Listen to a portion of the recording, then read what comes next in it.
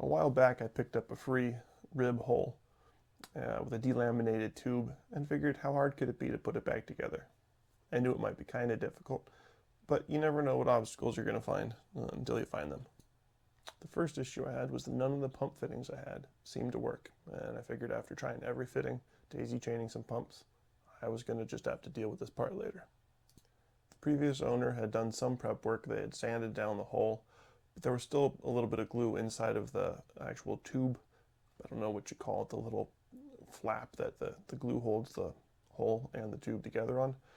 And I didn't have the P510 solvent that the Polymarine recommends using, so I used denatured alcohol and I sanded and went multiple times to get as much exposed Hypalon as I could.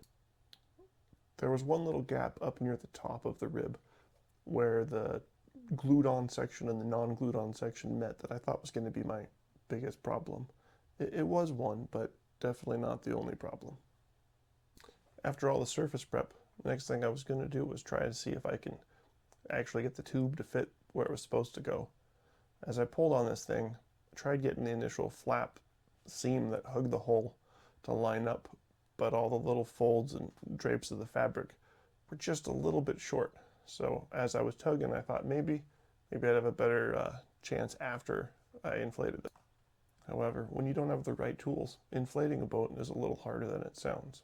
I have a manual pump and I have a mattress pump, neither of which have the correct fittings, and the mattress pump is 12 volt with a cigarette lighter adapter. My truck is down on the street with another dilapidated boat in the driveway. The closest fitting is the mattress pump, but because power is further away and it doesn't have enough pressure, I end up daisy chaining the pumps together.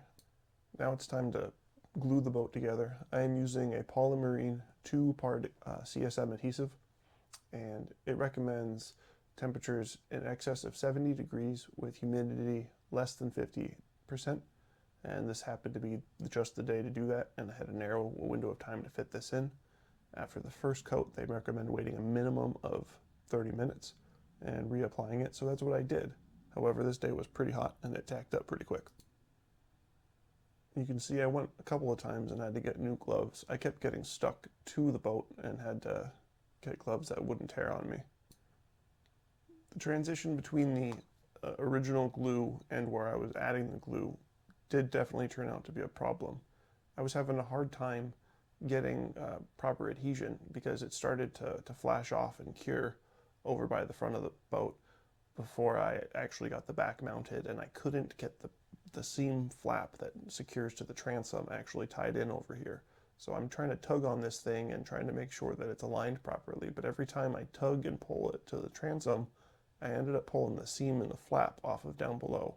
I think I might add another reinforcing strip of Hypalon down along the base, but that'll be a project for another day. Right now I just got to tighten this down and see how it cures. Till next time.